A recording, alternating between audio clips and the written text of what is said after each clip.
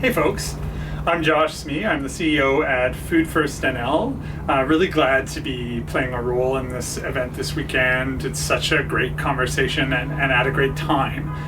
And I'm actually going to talk a lot about why it's a particularly great time to be talking about these things. I think right now we're actually at a bit of a moment in this province's history, particularly from a policy perspective, that puts some of the really big shifts that we can imagine happening in our food system maybe within view for the first time in a while, or in a really interesting way.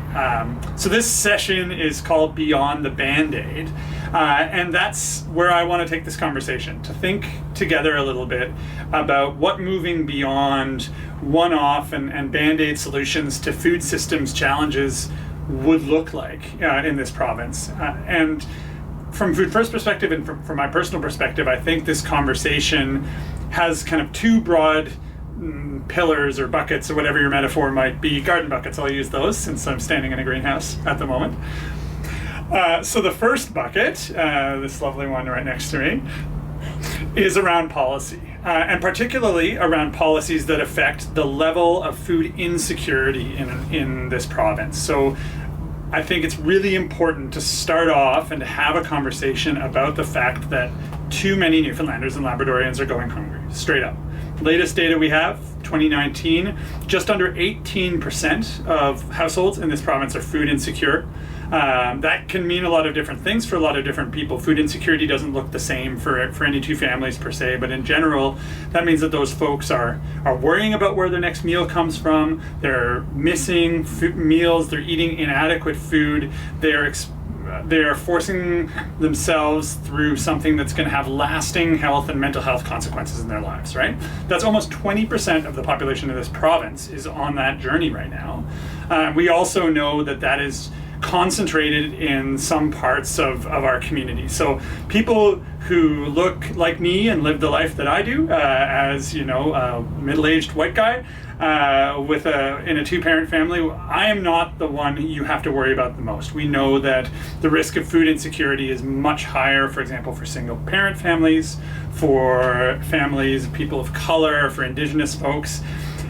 In the broader Canadian population, the rate of food insecurity is almost double the base rate in those populations. And so we really need to think carefully about the fact that right now we have an enormous problem in this province, and it is not a problem that's distributed evenly. And it is certainly not a problem that tends to affect the people who have the most political and economic power. And so we need to keep that in mind when we're thinking about what solutions look like.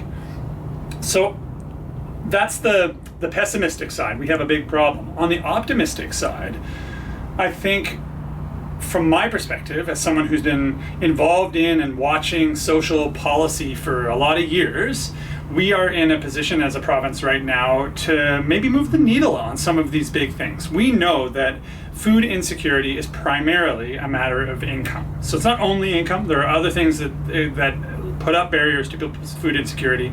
But as long as we have the rates of poverty that we have, we will never have a food secure community. And so I think we need to think first about what does real meaningful poverty reduction look like. And I'm here to tell you, for most of us in this conversation, in this conference, that's not something that we can do. Our programs are not going to meaningfully reduce poverty in our communities. We should be straight about that. We are largely putting Band-Aids on things right now.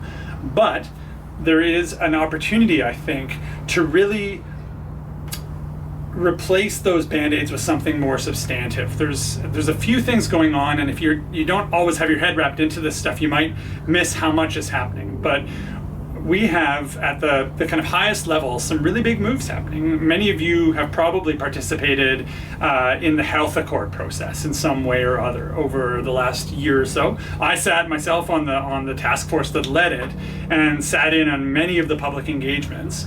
And if you read the health accord report, it is shockingly clear that A, our province has some of the worst health outcomes in Canada, and B, that the solution is not in the health system, that the solution is primarily around addressing social determinants of health, and primary among those is income. And so we see in the health accord a recommendation for a guaranteed basic income, and we see it there twice.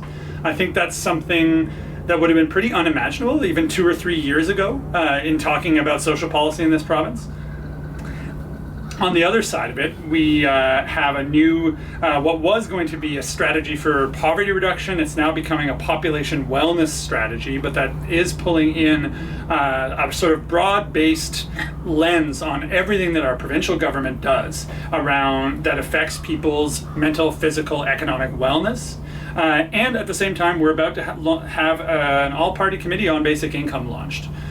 Plus, we have a minimum wage review on the go because raising people's income is not just about social programs, it's also about how we deal with the private labor market. And the income support program is under review right now. I've never seen so many processes happening at the same time that could meaningfully shift the policy landscape. And so for us at Food First, it's been very important to build collective action on those processes, to join up with other community partners and have input into them. I think over the history of food systems work, that's been a really important part of what our organization has done and what many of the folks in this conference have also done, which is make it clear to decision makers that they carry the responsibility for the big socioeconomic side of the food system. So that's bucket number one. In bucket number two, I do want to talk a little bit about the opportunity we see in social enterprise and social innovation in the food system, because let's assume for a second that we've solved or at least really meaningfully addressed income. Then we have people who can afford some of the food that they need. What food system are they interacting with then? And we see, I think, a lot of opportunity emerging as our food system continues to be driven by really vibrant participants, both producers and secondary processors, for the kind of gaps in between all the players in the food system to be filled by community. And the other panelists on this talk, I think, are going to talk about some of the different ways that can go. And it's a really interesting mix. We have someone from government, we have someone with a farmer's market, and we have Food First who just jumped into actively filling gaps with our food hub model out on the West Coast. Food hub model, for example, is basically an infrastructure project. We're setting up a way for people to order from local producers in a streamlined way, to get those orders to a hub, to pack them up and break them up so that consumers can order from multiple producers at once. We're basically setting up an alternate supply chain. And that's a type of community enterprise that makes a huge difference in producers' lives and in consumers' lives. But I'll be entirely honest with you, it's never going to make a profit. It's not something that's going to subsidize the rest of what we're doing, and it's not something the private sector would do. And so we see opportunities like that throughout the food system, things that add value for everybody and add social impact, and need to be taken on by community sometimes, by government sometimes, or by social enterprises, folks who have a social bottom line at the bottom of what they're doing. And I think I'm really excited to hear from the other two panelists about this, because I think there's a ton of opportunity, particularly in that middle space of how do we connect better between producers and consumers. How do we add value in the right ways? So, procurement for healthcare and education is a nut that Food First has been trying to crack for many years, and we know by now that there's a missing middle level of logistics there to make that happen.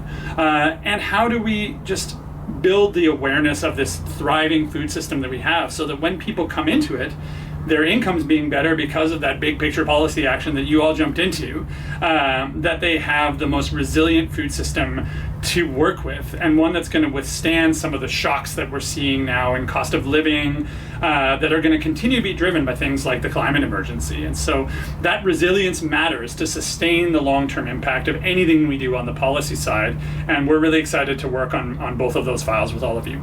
Thanks.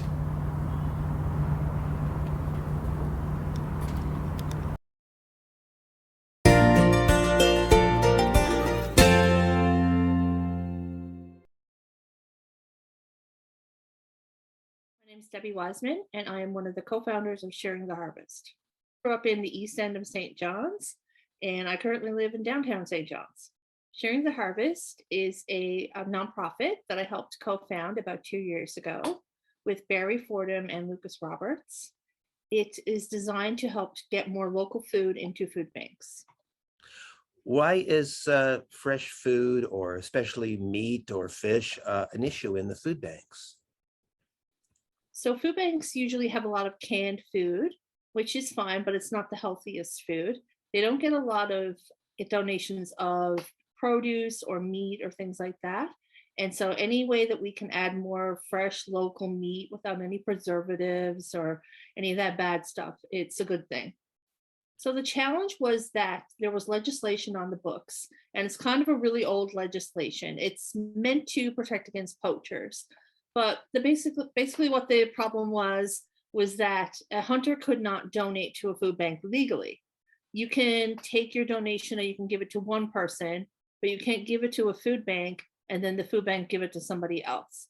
And so what we sought to do was to change that legislation so that hunters could donate to food banks and food banks could legally distribute that to their clients. So on July 2020, we started a petition and we did a lot of media. I personally am not comfortable doing media, but I put it all aside because this was a really important thing to me. And we just brought this issue before the public. A lot of people in the public didn't even realize that it was an issue that hunters couldn't donate to food banks. And so we started this petition. Within a week, we had 1,000 signatures. Pretty quickly, we got to talk to the minister, and they were very open to changing the legislation for us. It was a new minister, so he was open to hearing our ideas. We have been trying to meet with previous ministers, but they wouldn't meet with us. Our first year, we started in November, and so it was a little late into the hunting season. A lot of people had already gotten their moose and probably shared it already. And we still managed, though, to get about 800 pounds of moose meat into food banks. And last year we had a full season and we managed to get about 2,000 pounds of meat into food banks. And we're hoping it's going to do really well again this year. We just hope to keep increasing that number. Do you have an idea about how many families or how many meals that represents? Yeah, so if we add it up, it's probably around 3,000 meals. Donations can be as much or as little as they want. So we had some people who donated a full moose. And then we have some people who donate a quarter of the moose. We have a fishery that's called a recreational fishery. I really don't like that word. I think it should be called a food fishery. And we should be able to actually specifically catch fish that's donated to food banks even. It would help. Yeah, I think more fresh fish and fish products. Last summer, we actually had somebody who went down to the beach and got a bunch of capelin and froze them and donated them to food banks.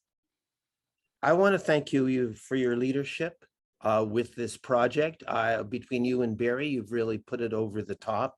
It's made obviously a very significant difference to families who need food in terms of the fact that meat particularly has become so expensive. People just can't afford to put fresh meat, a cooked roast on the table is a big thing for people at the low income end of things.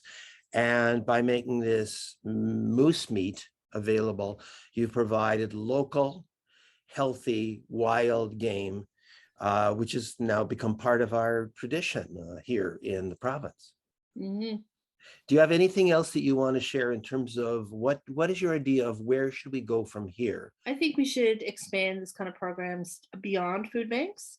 There's a lot of people who actually contacted us and they said, where can I get a feed a moose? I haven't had a feed a moose since I was a kid. And they're not a food bank client, so that we couldn't help them. We wish we could, though. We wish we could give out the moose meat to anyone who wanted it. For most food banks, you have to have an MCP card. There are a few ways around that if you call the food line. But the problem with food banks is there's a lot of stigma around going to a food bank, even if you need the food. Some people would rather go hungry and let anybody know that they need help and go to a food bank. What is the food line phone number? So in case somebody's watching and they want to access a food bank or contribute to a food bank, how do you contact the food line? Sure, it's really easy to remember. It's 211. About 16,000 people use food banks every year in this province, and 40% of those are children. It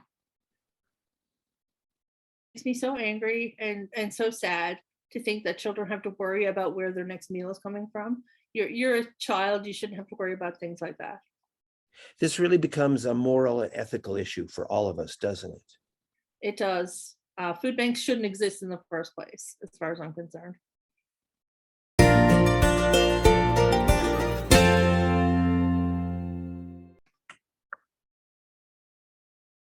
Hello again. I'm excited to be back again to talk about the sharing of the harvest. Now, given my role as the Market Development Officer, you would think that I would just be focused on creating access, which is a very big part of what we're talking about, sharing the harvest.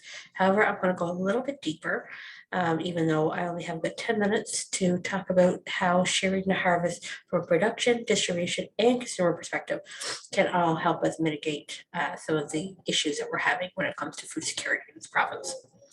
So from a production side of things, sharing the harvest to me can include the cost of production. So very much in order for you to make a profit, you have to understand your cost of production. And with the rising cost of a lot of our soil amendments and of gas and of shipping and all those sorts of things, there are ways we can help mitigate that. So bulk buying is definitely one, or sharing of resources, whether it's people going in on a load of pigs or it's getting a load of limestone and splitting the shipping. All those sorts of things are ways that we can hopefully mitigate the rising cost of food. And I'm going to get into some other things with consumers, which is really going to talk about the value. So that is one way, or a couple of different ways actually, to talk about the sharing of the harvest, sharing of the resources, and in order to be able to keep prices and to help each other out, support each other in that is productive and that people can access it, be able to effectively be able to afford the food. So if everyone is taking on those extra costs, every individual producer, then of course the cost of food, and we all know the situation with the economy. So again, we want to try to mitigate those risks. Other ways of sharing the harvest, of sharing resources, is working together in some different growing methods. So we're wanting to grow more and get our food security up in this province. However, for anyone that's new into farming, going from 0 acres to 50 acres can be very overwhelming, very daunting. However, we are seeing models, and I hope we will continue to see models like the incubator model to come into this province that will allow people to be able to dip their toe in, get started when it comes to agriculture, whether it's a social enterprise or a business model that allows for a number of people to be growing on different plots of a larger piece of land, share resources, share tools, share equipment to again help mitigate the cost of production in order to be able to sell their products for a price that is affordable to the people of Newfoundland and Labrador. So those are a couple of ways from the production side of things that we can look at in terms of having to look at the rising costs. The last thing that I'll talk about on the production side is, in order to get into traditional retailers, you do have to have a certain level of food safety requirement, and in most cases Canada GAP. Now, we don't have a third-party auditor here in this province. However, there is funding available through CAP to bring in a third-party auditor, and there is opportunities to work a number of different farms to work together to bring those auditors in to again share the cost of bringing those the travel costs. You still have to pay for your audit, of course, but share the travel costs of bringing that auditor in. So again, some small ways in order to mitigate, and again, CAP has funding available for bringing in those auditors, and I could send links to that funding if you are interested. Lastly, we are supporting sharing the harvest with the idea of supporting community gardens. So community gardens is a way for individuals can have their own little plot if they don't have access to land, whether they are in an apartment or whatever the situation is, they don't have access to land. Community gardens is a great community effort. It helps bring people together. It helps you get used to farming, get involved in farming and growing your own food, and being able to get used to what it takes to grow food, be able to supply food yourselves to your own family. So we do provide some funding resources to that. So those are a couple of things on how to share the harvest on the production side. On the distribution aspect of it, the sharing of the harvest is working within the distribution system that we have, which is not a full provincial wide distribution system. However, there's little pockets of things happening of couriers and farmers working together to transport their goods from one place to the other. That is ways to help share the harvest. So if you are a vegetable producer and you have room on your shelves and you want to offer a more diverse product line, then working with another farmer to share exposure of their products. So you want some meat or some eggs or whatever the situation is, some value added, cheese, whatever it is, because you don't grow it, but you want to, again, work with other farmers. You could share your infrastructure in terms of your building, your farm market, your farmers market table, whatever it is, and work together to, again, mitigate the cost of having a number of farmers traveling at the one time, and the cost of transportation and trying to mitigate that. Distribution also came up quite a bit, and that is why we supported, one of the reasons why we supported the Food First NL Food Hub project last year, where they were able to have over a dozen farmers be able to avail of an online system, so that consumers could go on and on a weekly basis be able to order for as little or as much as they want from local producers, and they could be supporting one up to all the producers with one purchase. And Food First worked with a local courier who then went up and picked up the item, so the farmer didn't have to travel, and then the consumer was able to go to one location and pick up all their purchase in the one location, rather than having to travel far to go to all these different farms. So this online system allowed for a streamlined system that, again, helped mitigate access and mitigate the rising cost of food, because it's a direct model to a degree. There is a small markup, but it's not like with the traditional retailers where you have to sell to the wholesaler to retailer, retailer to consumer. There was a small markup, but the farmers were able to dictate their prices, and then the small markup went up on that. So some of that distribution and some of those shared infrastructures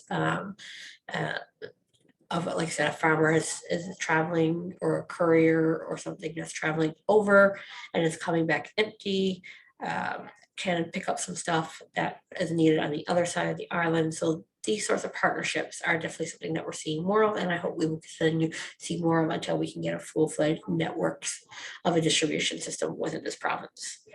And on a consumer perspective, when it talks about mitigating the cost of the rising cost of food and sharing the harvest, increasing our access, whether it's financial or physical access, consumers can, again, work together and be supporting some of these systems, support local food hubs.